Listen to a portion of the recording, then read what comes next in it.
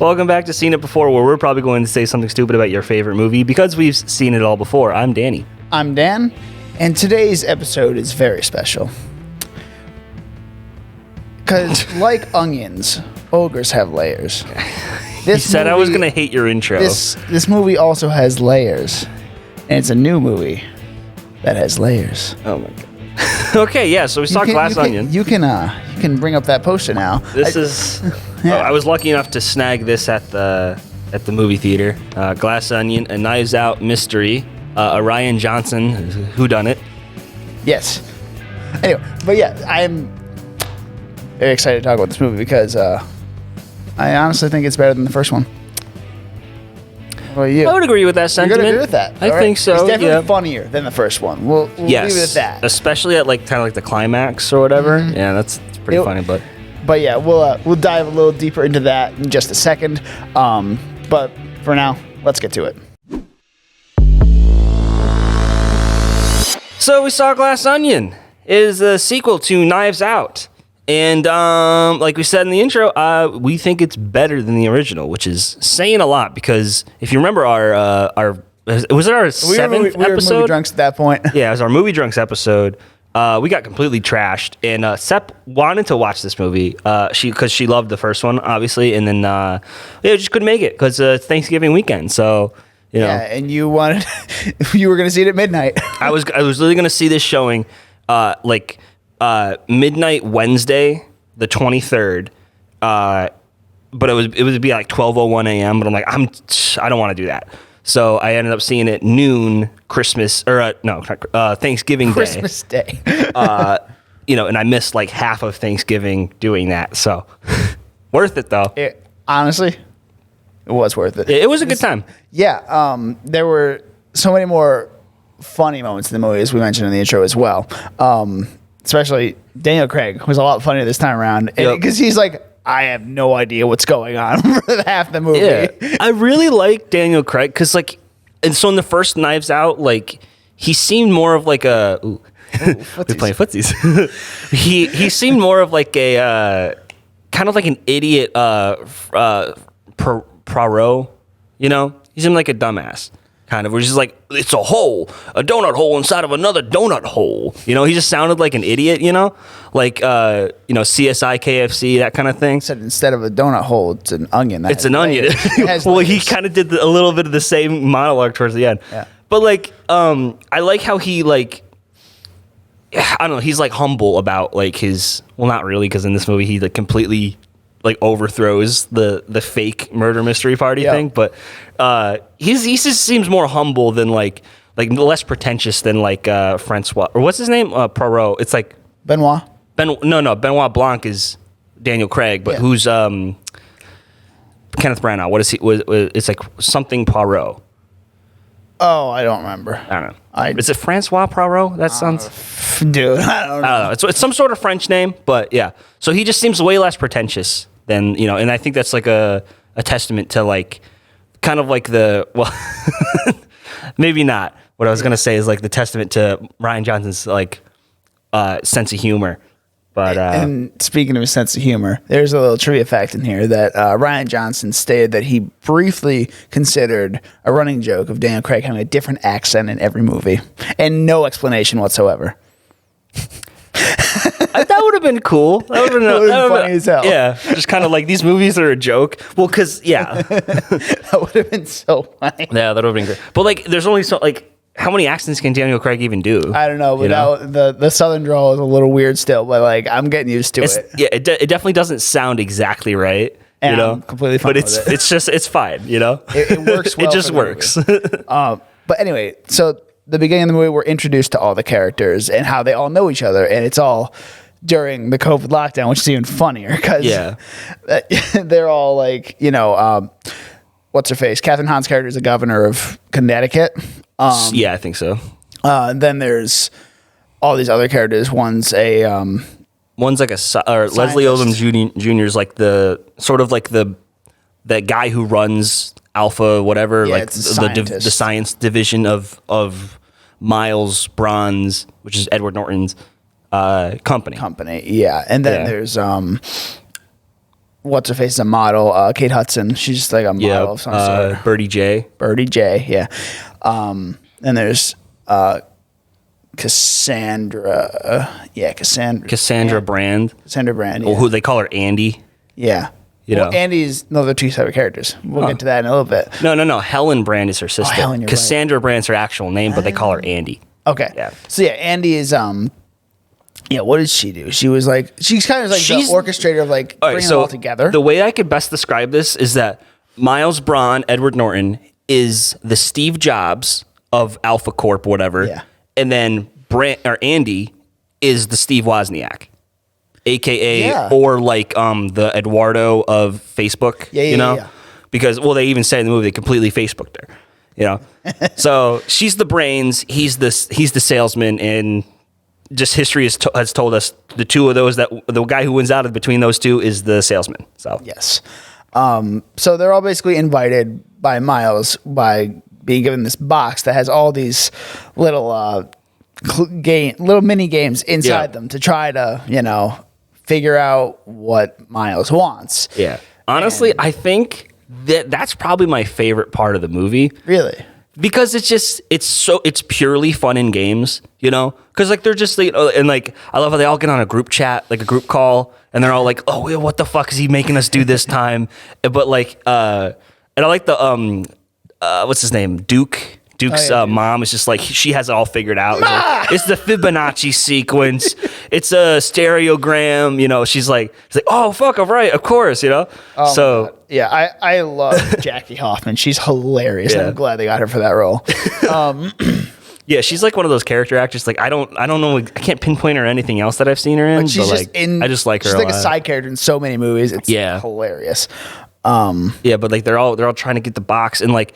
I guarantee this is probably like the most time I think Rian Johnson probably spent on the script, because there's so many different like clever tricks. Layers for an onion back to back in like a minute or two. It's like, oh, it's this kind of game. It's this kind of game. And the bar they all met in was called the Glass Onion. Yeah. So I thought that was a nice touch. Well, because we'll get into it later, but like that's like the authenticity of the napkin, which is basically the MacGuffin of this whole thing. Yep, exactly. But yeah, we get introduced to all the characters.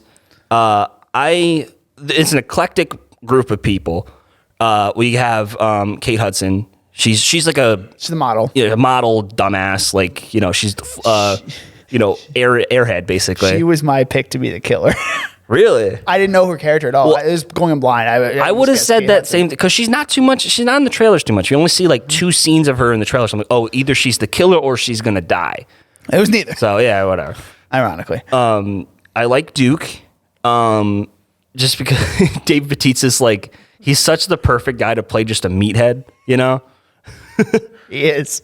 Daniel Craig obviously is great. Leslie Odom Jr. I think he should have gotten something else to make him shine. Him and Catherine Hahn, they were kind of wasted. A little bit.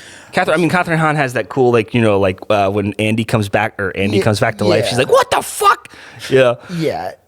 But yeah, there's nothing much for those two specifically there, But hey, whatever. It's a big cast. I get it. So we're moving forward. They all figure out the puzzle, and they have to go to Miles' private island for a long weekend. Mm-hmm. So they all get there, and then what's his face? Oh my god! What? Oh my god! What? What's his Ethan name? Hawke. So Ethan Hawke's in this for like 2 seconds. Ethan Hawke walks up and gives them the COVID vaccine, and I was like, "Stop! That's so funny." So here's the thing that like. I don't know. This movie is like super dating itself. I don't think it's a good. If you want to make these movies kind of timeless, because a lot of murder mysteries are timeless, like Murder on the Orient Express and Death of the Nile and stuff. Knives Out.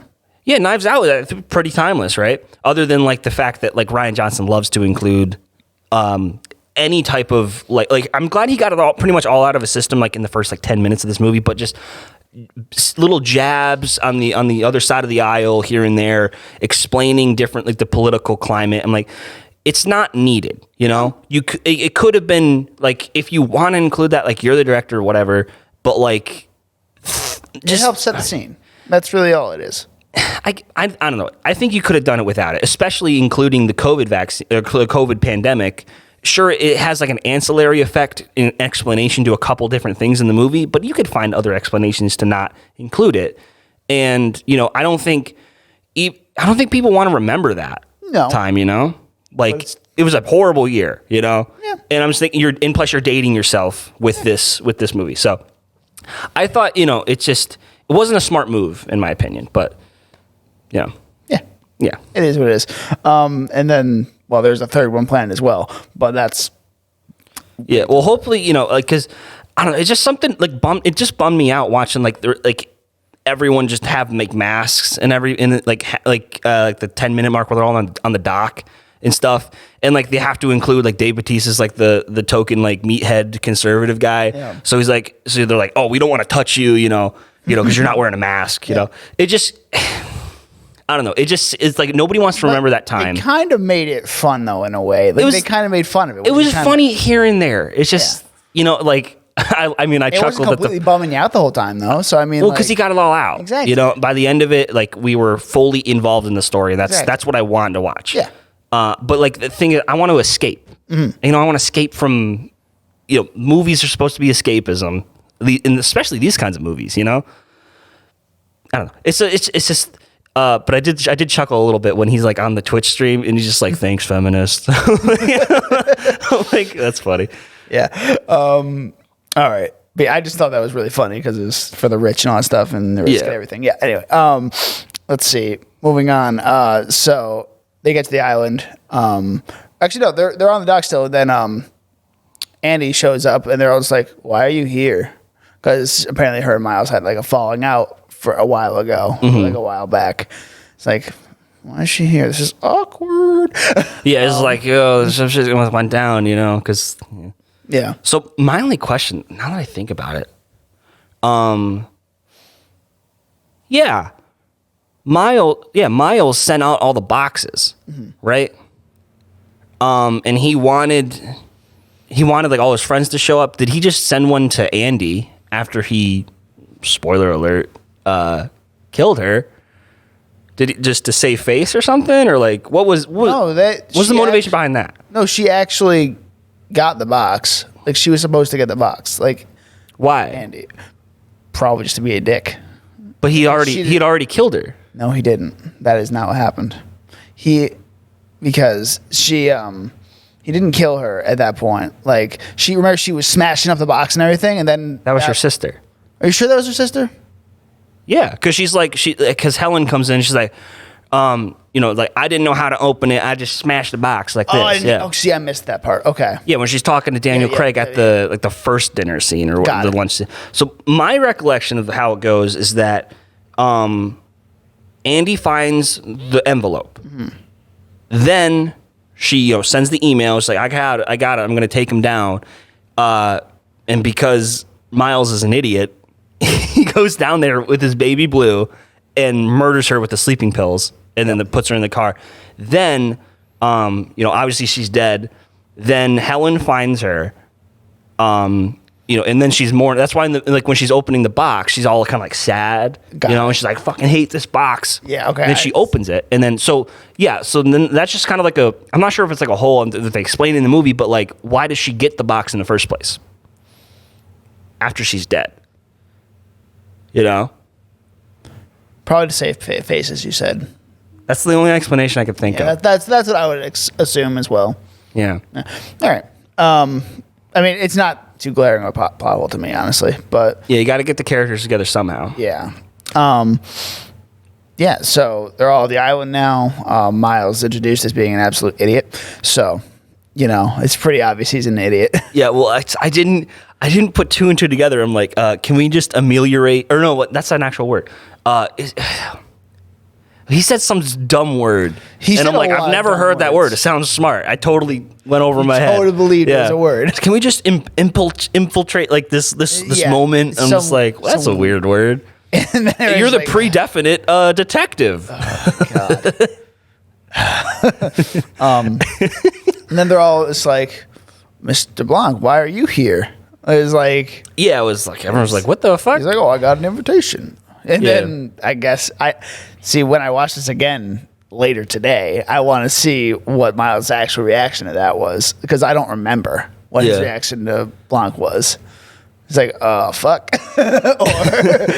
or something like that. I don't know. So, I mean, the one reaction I remember was when he sees Andy for the first time. Yes. And he's like, Andy, I'm so surprised you made it. Because he knows that he killed her. Yeah, you know? Yeah. So that gets my gears turning. It's like, wouldn't Miles know that she's Helen? Right. You know? Right.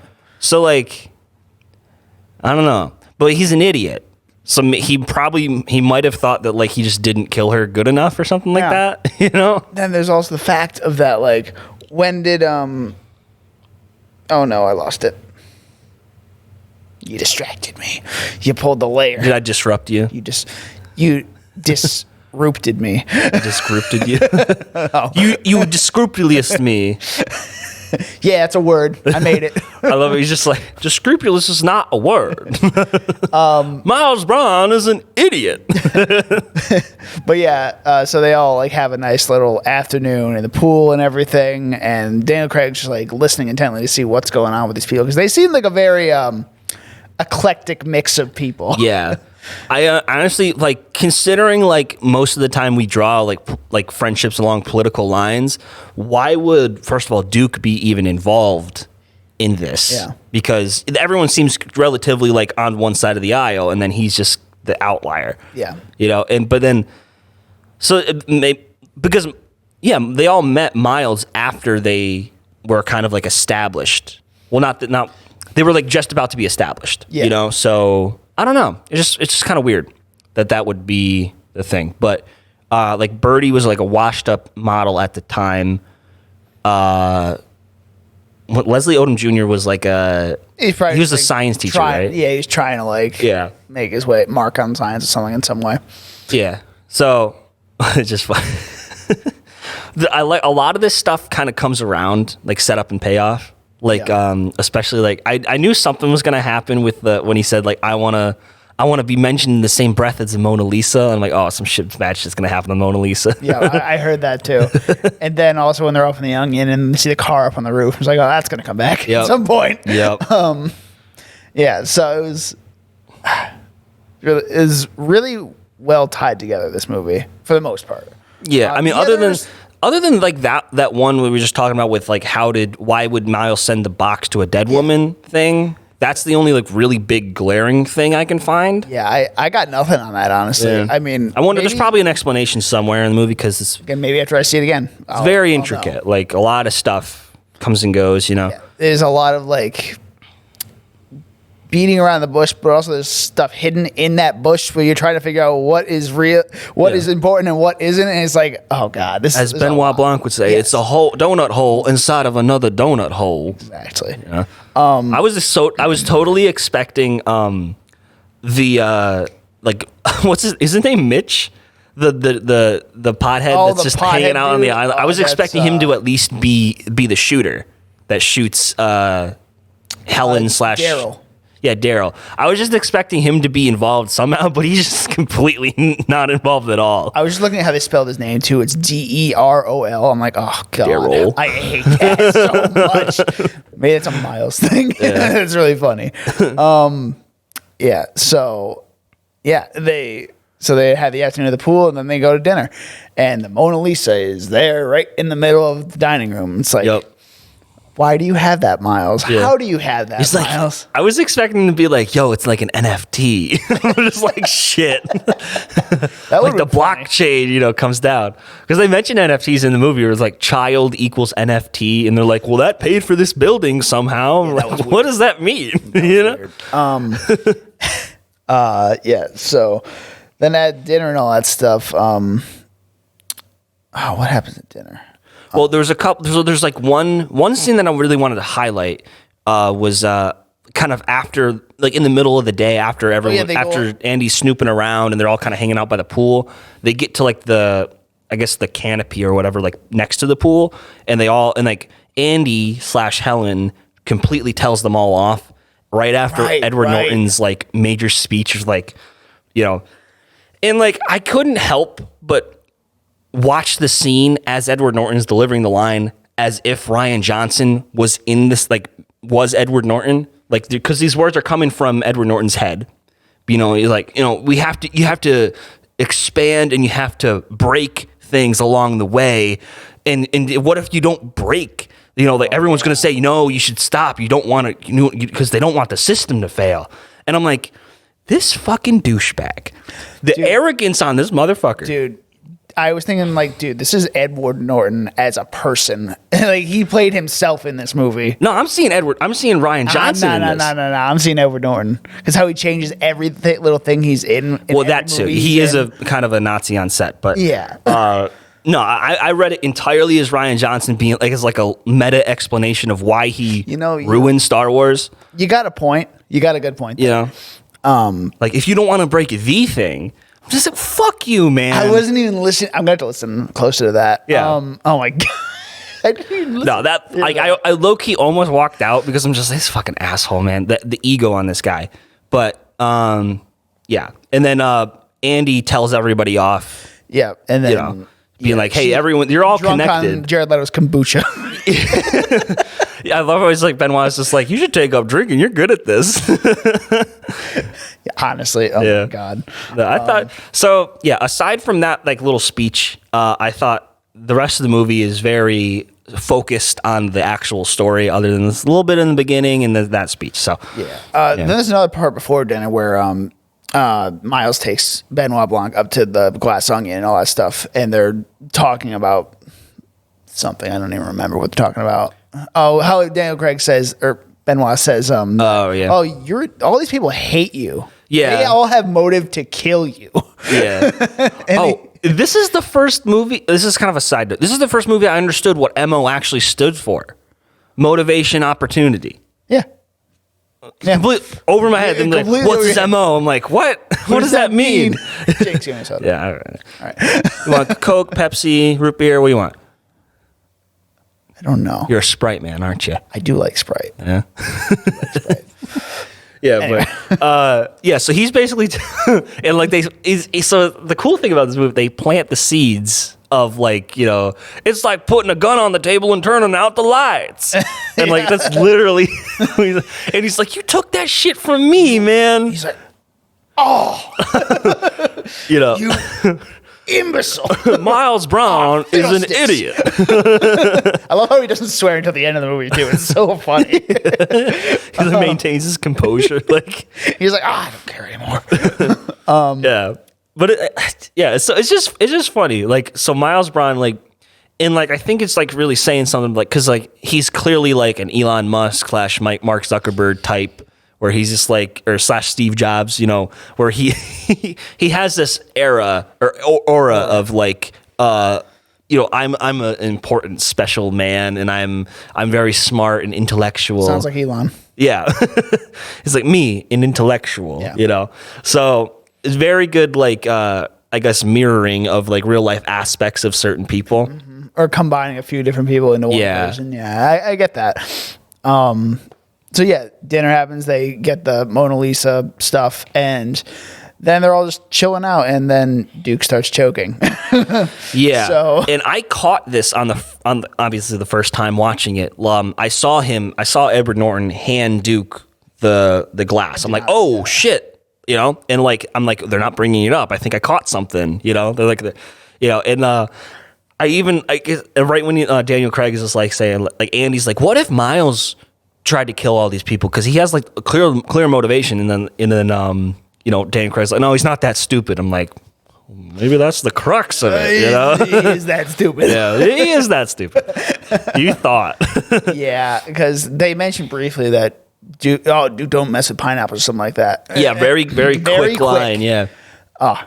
It's like, you put a fucking pineapple in his drink. What the fuck? It's so stupid. And then the lights go out. Yeah. And then he steals Duke's gun.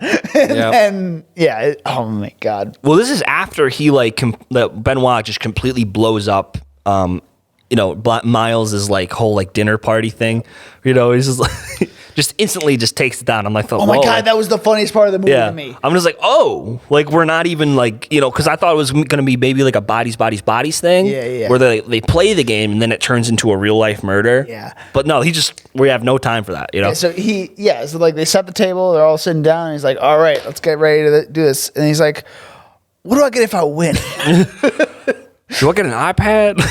And he's like, yeah, you get an iPad. Anyone who wins is get an iPad. And then he gets right up and explains the whole thing. I'm just like, yeah. And then you see Ed just like, he's like, and then like it caps off the scene where he gets hit with like a fake arrow and just starts spitting blood. It's just like, he's just sitting there, just like, oh fuck. That was so funny. Yeah, I love when he gets in the office. He like throws the iPad at him. He's like, oh, okay. Oh, thank you. It was an iPad Pro too. Yeah, so I thought. Yeah, but like so then they have like their second talk. And he's like, I want. That's when everyone wants to kill him. He's like you brought all these people here that have a good motivation to kill you. And you even set up like a fake dinner party. So it's like, Benoit's trying to help him out. It's like So, because he's such looking back on it, he's just such an idiot. You can see the gears turning in his head in that scene. He's like, I could do that. Yeah. Oh yeah. We also forgot to mention the thing that he mentioned at dinner. The clear chip. Yeah. Yeah. Which everybody's like, because he basically has all of his friends wrapped around his finger. Yeah. They have to do what he says, or he's going to expose them for something, basically. So, like the governor exposed her being like involved with all these corporations. Yeah. Whatever. Yada yada yada. Well, I like how they really hit home that where it's just like. In their metaphor they use is they're sucking on his golden titties, but oh my God, and Birdie, and then what's her face is like what's her assistant's name? No, Jessica Henwick. Peg. So Peg is like, you didn't think sweatpants were made in sweatshops, did you? Fucking idiot. That was like are they all idiots? Like, I think Catherine Hahn and Leslie Odom Jr. are probably like the only like decently smart people, I laughed. It's like so loud. It's like you didn't actually think sweatshops were where they made sweatpants. And she's like, she's like, oh, that's perfect, thanks. Like she sends the email back. Oh my God. Oh man. So Kate Hudson, she plays a really good idiot. Like she does. I love how like when they brought up the kind of like the Roseanne Barr thing where he's just like, I was on this, and I won't say a racial slur again. Oh my God. It's like no phone for the entire weekend. But that was like a decent. The comedy was so on point in this movie. But now let's get to the twist. So the lights go out, and then I love it. Really dramatic too. Yeah, Andy and Benoit meet up like on the stairs going up to the house or whatever, and then you see somebody behind glass with a gun and pointing it at Benoit and Andy. Andy gets shot, and then they're all just like, and he's like, "Oh fuck!" And then that's when it cuts to black, and I was like, I'm just like, we're gonna get the other side of this. I loved that. I was like, oh, midpoint. Yeah. Yeah. And then so then we find out that Andy is really Helen. Yeah. And there's a whole backstory where like they're playing their own game, trying to find the red envelope, which is like the real shit of the movie, like the real MacGuffin. And where that has the original napkin that real Andy wrote all her idea for it, and then Miles just copied it. Right? I don't think it was for Clear. I think that was mostly all Miles' idea. It was just Andy's idea for like the entire company. Okay. Like it's just a multi. And he just took over basically. Yeah, he pushed her out. He gaslighted her hard. Basically. Yeah, true. Well, because like they were partners for a while, and then Miles just got too big of a head. He's like, oh, I'm helping out all these guys. I got my hooks in all of these people. I don't really need Andy and this new energy fuel. Yeah. Like, so they really drive home kind of like you have to be daring and like ingenious to come up with to be a successful like multinational like person like that. Cutthroat. What? Cutthroat. Yeah, you have to be daring and like come up with those ideas, but like this idea crossed the line by being like, this is not a safe material to be making fuel out of. There's a reason why we haven't, because like hydrogen gas, like it's literally hardened hydrogen in a rock. Yep. And like if that like gets melted down, the hydrogen atoms are going to go microscopic and go around, and they're going to light on fire. Yep. So it's like you're turning. They say you're going to turn every household in America into the Hindenburg, which is fucking stupid. So didn't think of that. So And then we get the whole backstory of how Helen meets Benoit and has the box and everything and the invitation. That's how Benoit gets to Greece, and then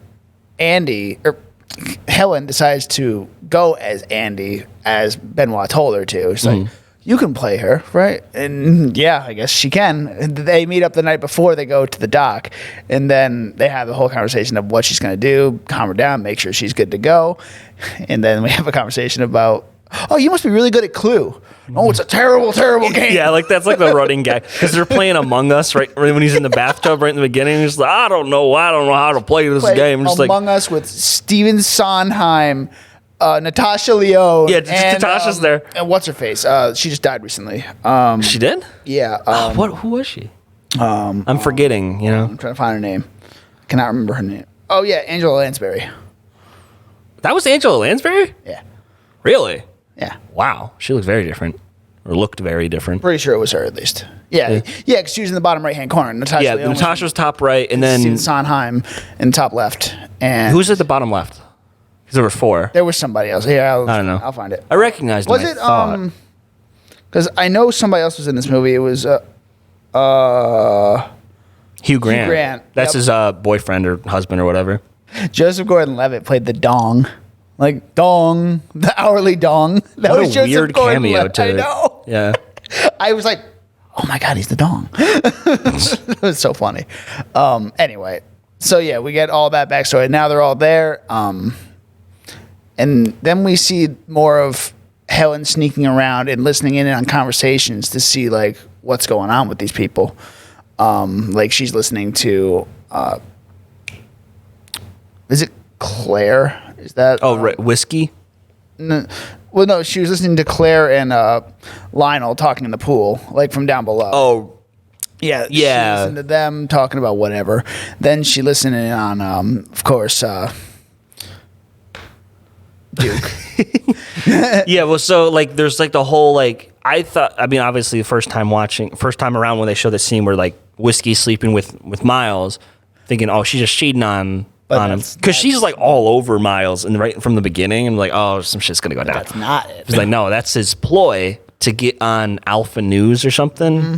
Yeah, he wants to get on his like subscribers and stuff like that and views. Yeah. And so, never mind.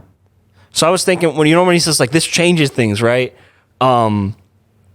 He says like, oh, my channel's getting all these views and stuff, But now that's not the case, because he finds the email with the envelopes, like this changes things, right? Yeah. When we talk Alpha News, and so okay, never mind that. Okay, well, but right when Duke dies, I love like the tension in that scene where they're like, the Mona Lisa is going up and down, like the shield. He's getting closer to her face too. Yeah, it's like up close. Did you see the wetness on the eye at one point? What was that? What did that represent? There was something with that, like. There was like wetness on the left eye. Like it zoomed in close and the eye was wet. Oh, really? I didn't know that. Yeah, I saw that. I was like, what is that? I'm going to look closer. I thought it was just like a weird artifact that's just on the painting from being how old it is, I don't think so, but like it was weird. I wonder what that was. Anyway.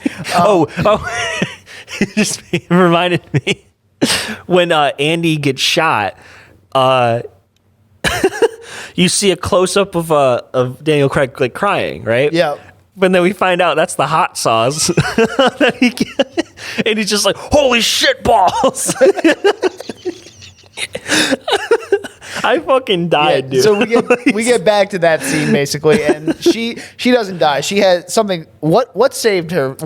Her notebook. It was the notebook. It was like a Teddy Roosevelt moment where how he got shot and he got his pocket Bible and So that saved her. It saved her, and then they used the hot sauce as blood. Yeah. And stuff like that. And then they both, so that like she gets a little like on her lip and it goes into her nose. Oh my God. While they're walking away. And she's like, and she says it really quiet. She's like, holy shit balls. Oh, fuck. It's just these little moments. Yeah, it's like little tiny things. Like, oh, that's great. That just do it. And then, what else do we have? Well, basically, then they find the red envelope and all that stuff hidden. Yeah, it's hidden in plain sight. Because there's a great metaphor where they're saying like it's a glass onion. There's so many layers and it seems dense, but it's clear right into the center because it's glass. You can see through it, and it's like hiding in plain sight. The red envelope is right there in like the Fibonacci sequence like pattern thing. Mm-hmm. She's like, oh, I'll just grab it right there. Yeah, I was expecting it to be like the napkin itself to be underneath the fake napkin. You know, I thought that would have been cool, but the envelope idea is cool too. Yeah, no, it was a very, very, I guess, dumb, ingenious way to do it, but it worked for the movie. And honestly, overall, I think this movie was way better because we're not done yet, actually. So there's all this tension at the very end of the movie where they're basically he's flicking a lighter at one point, and then she shows him the napkin, or Andy shows Miles the napkin. She's like, I have it right here. Yeah, and she's like, oh, he lights it on fire. I didn't see any napkin. What are you talking? Yeah. And then he's like, anybody else see a napkin? And they're all just like, they're all still wrapped around no, his this finger. guy's got my career in his hands, so like, yeah, they couldn't do anything about it. And then Daniel Craig storms off. He's like, goes by Annie. He's like, basically, he says like, you know what to do or something like that. I don't know. I knew like from the second he like did that, like he put it in her hands. So I'm thinking like, because like in every other shot, she's like kind of like cupping her hand like this, She's trying to hide it, but like it's too obvious. But the one thing I don't exactly understand is why she started breaking all the glass. It was a distraction. Really? A distract? It wasn't like he wasn't distracting him. I think he's just like, yeah. Is it like she just wants to like physically destroy everything? Yeah, kind of. I guess I don't know. Because like the real shit doesn't go down until she lights the fire. Yes. Like that's the shit. But like breaking all the glass, that doesn't. But like she lit it. What was the trail leading to when she lit the fire? Like where was that leading to? Like what was that it was? I don't know. Was it the kombucha? Oh yeah, because it has alcohol in it. Yeah, that could be a thing. Yeah, I feel like that's what it was. Like she must have been like dropping. See, I'm glad to pay attention to that one again. Yeah. Like, well, how did she light that fire? It's probably with the kombucha because that'd be the only thing. Yeah, but yeah. So yeah, and then obviously like then. The whole building goes up because, as you mentioned Mona before, Lisa gets lit on fire. Yeah, because the whole compound is filled with this clear stuff, which is like. And she threw the clear chip into the fire. Yeah, and that's what Daniel Craig gave her. Yeah. So and then I thought it was really cool because like it sucks up all like every bit of the fire, and I'm like, oh, so we're good, and then everything explodes. And I had the thought, I'm like, oh, are they gonna like blow this place up? Because like it's hydrogen gas, like you can't really plant that idea without doing it. And I'm thinking, well, they wouldn't, because this is like a low budget movie. Do they have the budget for like that amount of fire? Yeah. So yeah, and they did it. Yeah. So I thought it was kind of a cool cap to a decent whodunit. Honestly, yeah. Like, and then basically she's like, basically his life is ruined. He basically destroyed the Mona Lisa. They're like, oh yeah, I saw you destroy that or whatever or something like that. Well, they have like the safety latch or whatever, right? Then he's like, just to make sure it gets burned. Yeah, and phew, goodbye. Yeah. Burned the fucking Mona Lisa, like the actual Mona Lisa. Mona Lisa. Well, he's like, I was waiting for that line to come up where she's like, you'll always be mentioned in the same breath as the Mona Lisa. You literally burned the Mona Lisa to the ground. Fucking idiot. Wow. But yeah, I thought it was hilarious when like, Daniel Craig's just like, you wouldn't actually, it's like, I hate saying this word, but subverting our expectations. Because when it comes to a whodunit, you think that the killer's super smart, right? I don't think I've ever seen like just an idiot an idiot killer that just lucked into it, you know? Yep. Yeah, it's funny. Like, he's overestimating his opponent.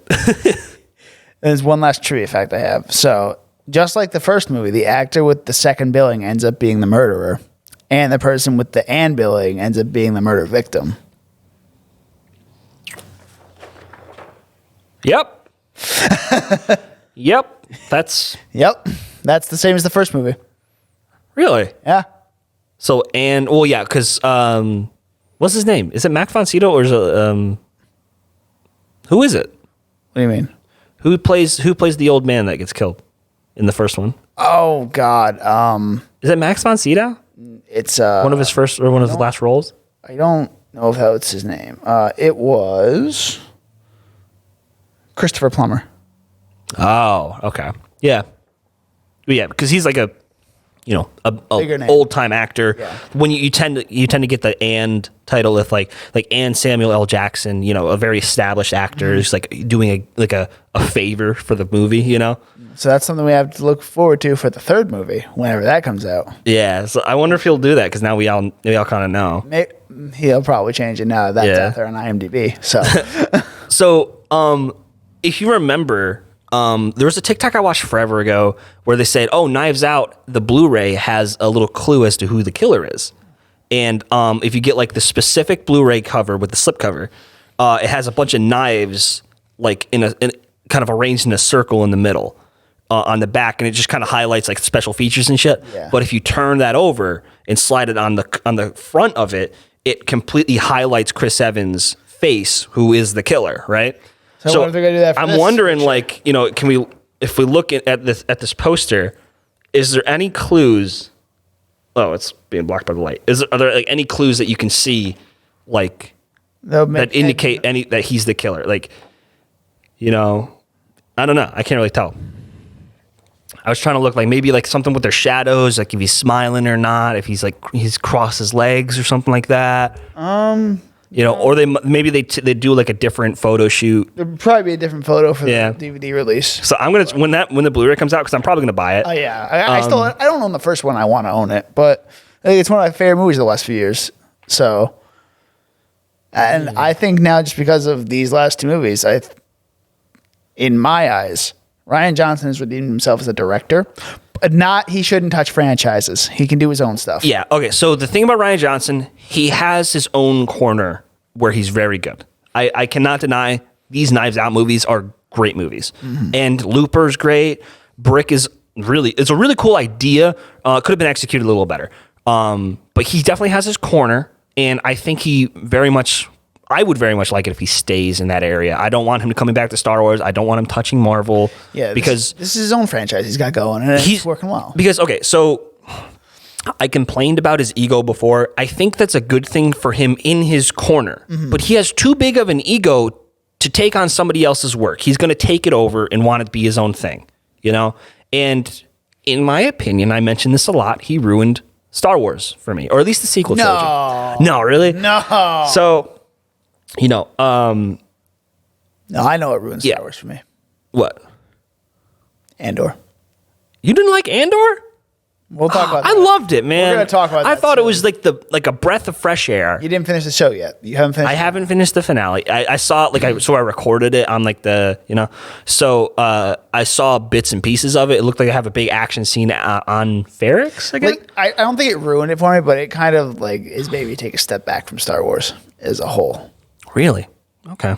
I would still love to watch The Mandalorian and all that. The Mandalorian's great. I love that show. Yeah. I will not stop loving that show. Yeah, certain properties, a lot of what Dave Filoni touches, I love. So, but yeah, with Rian Johnson though, I can't really respect a guy who's proud of splitting the fan base, and this is confirmed. He obviously did Last Jedi, and then 5 years later, he does an interview with Vanity Fair, I think, and he's like, "How do you feel about the response of The Last Jedi compared to now, or now compared to then?" And he's like, "Well, yeah, I'm proud. I'm proud of that because it explains, it's exactly what I set out to do." And I'm like, that is super dick move. It's not your franchise. You're supposed to contribute to it. You're not supposed to take it over and do your own thing, you know? Yeah. So I can't respect anybody who's proud of splitting a fan base. Yeah. Especially the biggest fan base in the world. So that's my 2 cents. Stay in your own corner. I like your movies if you're doing your own thing. That's all I'm saying. If you ever touch Marvel, don't. Don't touch Marvel. Honestly, overall, this movie, funny. Dumb genius, I would say. I'll call it a dumb genius movie. Yeah, it is a dumb genius movie. And just, I don't want to say better than the first Knives Out because I want to see it again first because I've seen the first. You said it in the beginning of the podcast. I don't want to say. I think it's better because because I've seen the first one like 7 or 8 times. Like I want to see this one at least one more time to see if I can like. Still like has that. I think feeling. This one kind of has more of the spirit of a whodunit, like a traditional whodunit, because. A lot of Knives Out is like kind of like a criminal story where like, cause you know who the killer is, at least you think you know who the killer is for the majority of the movie. And you're just kind of rooting for her to get away, and Benoit Blanc is kind of the antagonist in a way. It's not until like the last 20 minutes where, shit gets turned on its heel again. But so that was a very unique story, like in the whodunit realm, but this is literally a whodunit. They have the final reveal and everything. It's all leading up to it the entire time. And I thought it was a really cool way to breathe some new life into it. You really didn't know who it could have been because they all had motive. And it was really... I was pretty hard set when I saw Edward Norton hand Duke that makes sense. But I just caught that. I didn't catch that, though. So. And I knew someone was really fishy when they replayed that. We were just like, oh, he took my glass when I set it down. I'm like, that's not how it was. So, But like some maybe not eagle-eyed viewers would... have a more fun time with it. Yeah, it's fantastic. I'm gonna give it. Oh God, give it solid 90. I'm gonna give it 90. Up there. I'm gonna give it a 90. Okay. I think I'm gonna go. Well, I forgot what I gave Knives Out. This is better than Knives Out. I think I gave it close to this as well. I just don't remember what I gave Knives Out. But we were also drunk, so we don't have a Yeah, we were really drunk. Yeah. I'm going to give it an 85 just because I know recency bias is a thing with me. Exactly. That's why I'm like, I might give it higher than 90, but I don't think I'll give it lower than like an 85. Yeah. So like the hardest one you can point to my recency bias is Crash. I gave it 100.